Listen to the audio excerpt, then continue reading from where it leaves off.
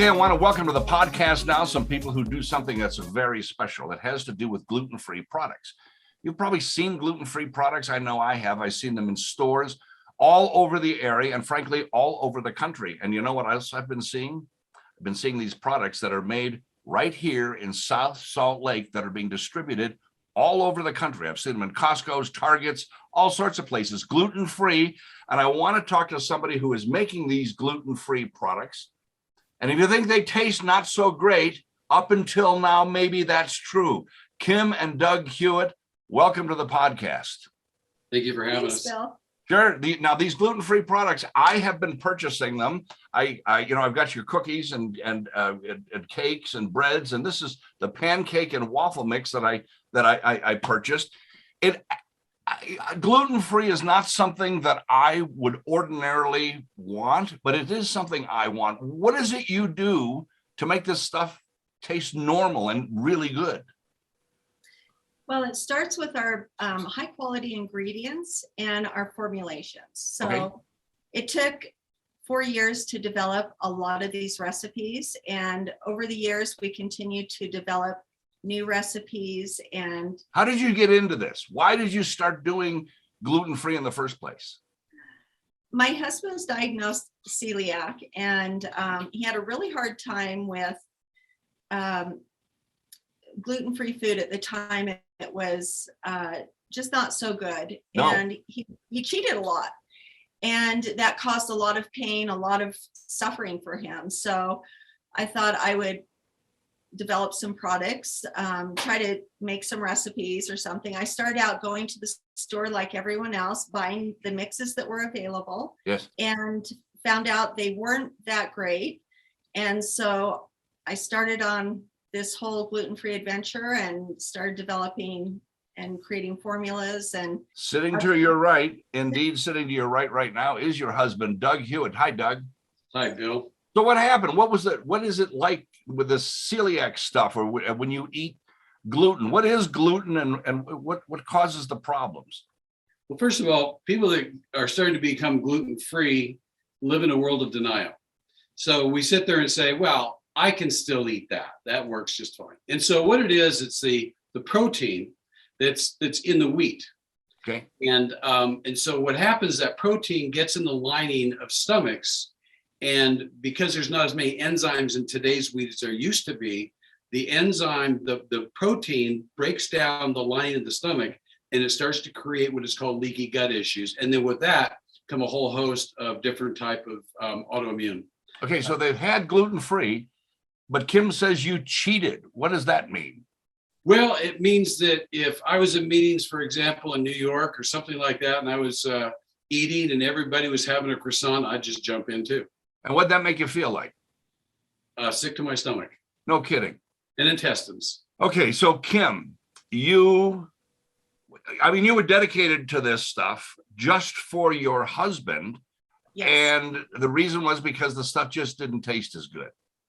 right. Yes, the gluten-free products available on the market at the time just didn't taste very good. And I wanted to be able to serve my whole family this product. And so to make it easier for people with families, a lot of times you end up with one or two people in the family that have to be gluten-free, and they really feel left out of all the good stuff that the other family members are eating, Okay. their friends. But I wanted to narrow that gap there and create food that would be just as good or better than what the other people were eating. And it is. Look at the table back. Doug, let me ask you to go back there, get something else I've tried. Don't I see some brownies back there that I've tried? And some bread. Get one of those breads too. This is actually our number one selling SKU right here in Okay. the company. And we sell this all across the country. It's in lots of grocery stores and stores. And it's really good. I mean, you've had it before. I have. Triple It tastes like, well, you know what, Kim? It tastes like brownies. And I thought, what did gluten-free used to taste like? It tasted a little maybe flat. How would you describe it? Okay. Other gluten-free products, huh? Terrible. Yeah. We try to create food that is as normal to the real thing as possible, and I think we've done that. You don't have to need gluten-free. You don't have to have celiac disease in order to enjoy Mrs. Hewitt's GF stands for gluten-free bakery product, right? That's right. That's the whole idea. So what's the difference between that loaf of bread that Doug's holding there and another loaf of bread that I might purchase that is not gluten-free? Well, this is actually gluten-free and dairy-free. And so really the only difference is that it doesn't have gluten or any dairy. Wheat. But it also tastes, wheat. yeah, I know, but it also tastes normal. Maybe that's what I'm, I've had the gluten-free stuff and it doesn't taste, as Doug says, yucky, but it doesn't taste normal. It's a little, what is it, flat or something? And so what have you done? And I don't need you to give away all the company's secrets, but what have you done to make that normal? You must have spent a lot of time in your own kitchen just working on that. Like I said, yes, it took me 4 years of working full-time in my own kitchen at home to develop the formulas, the flour blends. So when you're creating a flour that's not a wheat flour, you've got to come up with all the ingredients, the base ingredients, your rice flours and your starches. So you've got to recreate wheat flour. And then you've got to develop a binding agent like gluten, but not gluten. So you work with different gums. We have a multi-grain bread that we use, golden flax seed, Okay. flax meal. And so that's a binding agent. But we use just really high quality ingredients to create the best flour blend possible. And the whole idea is to get everyone to eat this stuff. I mean, the whole family. It's like you said, the idea of one person having gluten-free, like your husband, and then, cheating because the other stuff tastes better and then feeling lousy as a result. Or you have to cook 2 different sets of bread or wheat products, one wheat, one not wheat, for different members of the family. And the whole idea is to make everybody love your stuff. And I think you've succeeded. And that was the idea, right? That was the idea. Mm-hmm. I felt like Mission accomplished. Yes. accomplished. Yes. Yeah. So I have seen this stuff. You said it was 4 years ago. I've known you for maybe about 4 years. And it was 4 years before that you started it. Now I've seen this stuff both on the shelf and and in the frozen section for, I don't know, the brownies and the cookies or whatever. What are some of the products that I've seen? Because I've seen them in Costco and Target, Smith's, and I've seen them all over the country. Mrs. Hewitt, made right there in South Salt Lake. So we are in many of your local grocery stores. So any associated grocery store. Okay. We're in Good Earth Foods, Natural Foods. We are a natural grocer. We're in Whole Foods, and we're on Amazon. Okay. Do you have a passion for baking? Is this something you do, or you did this extra stuff and learned to bake because of your husband? I have a passion for baking and cooking. So that was a hobby for me. It's a hobby, a need to a hobby, or a hobby to a need to a business. What are all the products you've got there behind you? You don't need to bring them all up, but what are all the things that you've created after you formulated this special flour that is gluten-free? So we've got 3 breads right now. We've got our white bread, our multigrain, and those are both vegan as well as being gluten-free. We have our rustic rosemary. We have kind of like a French roll. We've got a multigrain roll. We've got hot dog buns. We've got burger buns. We have many different mixes, including Everything. Cornbread, pancake, as you said, pancake and waffle mix, brownie mix. And then we've got our ready to eat cookie and brownie bites. Vegan. Isn't all bread vegan? All the bread I find in the store, you say vegan. Is that different? A lot of the conventional bread is vegan. It's basic flour, oil, yeast, and sugar, a little sugar, and then whatever else they want to put in it. But a lot of times with gluten-free, they add egg whites I see. just to give that leavening agent. So a lot of times you'll see egg white and gluten-free. All right. Let me go back to the early days. We know about the product. We know it's successful. We know it's all over the country. What was it like in the early days? I mean, did you have a designated taste tester, a guinea pig? I mean, you got Doug. He looks like a guinea pig right there, doesn't he? But other than you had to have somebody, Doug is the taste tester for the gluten, but you also had to have others who tasted this to see if they'd like it too. Tell me about the early days.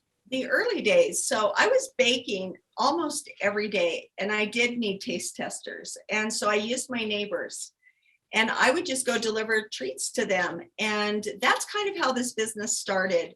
They loved them. And then they knew family members or friends that were gluten-free. And they wanted to purchase products from me.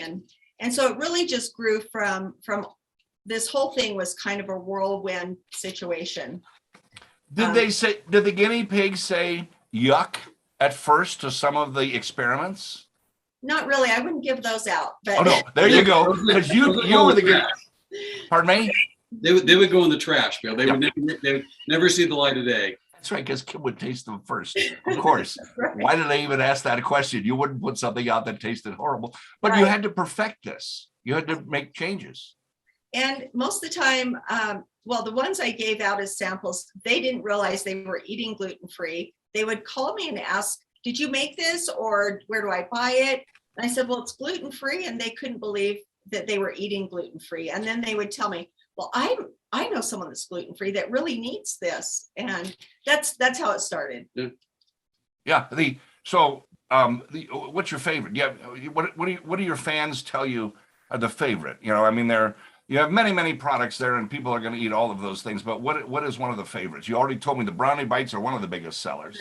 I think the bread is the favorite because it's really hard to find good bread, and bread is a staple. And It is. That's the biggest life changer, I think, and for gluten-free people is the bread and the rolls. Any bread product that they buy from us is better than what they've ever had. And Doug, We have products, Bill, that are food service that go out it puts our food in resorts. It puts it inside of places like JCW's, Okay. hamburgers, or different places like that. So our products go out in quite a few different places that it doesn't necessarily say Mrs. Hewitt's on it. It just shows up on their table as a gluten-free burger or bread or brownies or something like that. now we can buy this stuff at stores, but we can also get it from you. And for now, I know you're moving, you're so successful, you're building a bigger store because you're selling so much of this stuff. And I know why. Some of it goes to me, but you're at 395 West Lawndale in South Salt Lake right now, right? Yes. And you have a store. Now, when I first met you, there wasn't really a store there, but you have a store now I can walk into to purchase this stuff, right? Yes. Everything that we sell to food service or stores, you can purchase here at our facility. And as I walk in, there's a big picture window and I can look back. I don't know. I enjoy this. I can look back if I visit your facility to see the baking going on. I can see the bread making process and the brownie making process, right? Yes. People that come in are really fascinated by our processes. And so on the days that we have bread production, they can watch the bread being produced. It's we don't hide anything from our customers. Nope. And I think they enjoy that. Do you sell the raw ingredients? Do you sell the flours if somebody wants to do that, or it all comes packaged? We have had such a demand for people wanting to create our bread at home that we have now put out a bread flour. It's kind of a 1-for-1 flour replacement. Okay. And so you can make cakes with it. You can do bread, rolls, muffins, all tortillas, all kinds of different products. So that's our latest mix. So when you say 1-for-1, if I have a tortilla recipe or a bread recipe or whatever, I simply substitute where it says flour for, Right. do I still put the baking powders and baking sodas and all that stuff in? So for instance, with tortillas, you would put the baking powder, and we have recipes here for that. But Okay. it would be, if you want to kind of have fun and create your own, if you have a favorite recipe, you do cup for cup. So if it's a cup of flour, use a cup of our product. So you're running a business you never expected to be. I know this is, at least Doug's second career or so. How is that going? How's that impacted your life and the life of your family? Because you're growing. We are. It's been interesting. I didn't think at my age I would be working this hard, because it is really hard. You're dealing with building a business, and you're in the food industry, which is very regulated, and it's not the easiest. Yeah. It's been really fulfilling. Our customers are such an amazing source of joy to me. Well, Personally, because when they come in, they just tell me, or they may tell Doug or someone else, how much they appreciate what we do. Mhm. And it really, really makes it worth all the hard work and effort. well, But, that's right. our family loves it. We have family members that are celiac, and everyone appreciates what we're doing. And But the fact is, you don't have to be celiac.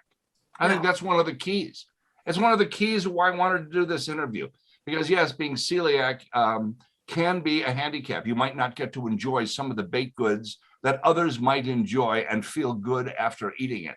And some people have a real severe condition where it almost looks like they're going into a diabetic shock of some sort after eating baked goods that they're not supposed to eat. So I think the point here for me is I can eat it and love it, and so can my celiac friends or family members. So there you are. Absolutely. Yeah. absolutely. Okay. Well, Kim and Doug, I want to thank you for being here. I'm going to check in with you again. This has kind of been a fun little interview after having purchased your product for all the years here. But thanks for joining us on the show. Thanks, Thank you, Bill. Bill. Okay. That is all for this podcast. For the latest in local breaking news 24/7, go to GephardtDaily.com. See you next time.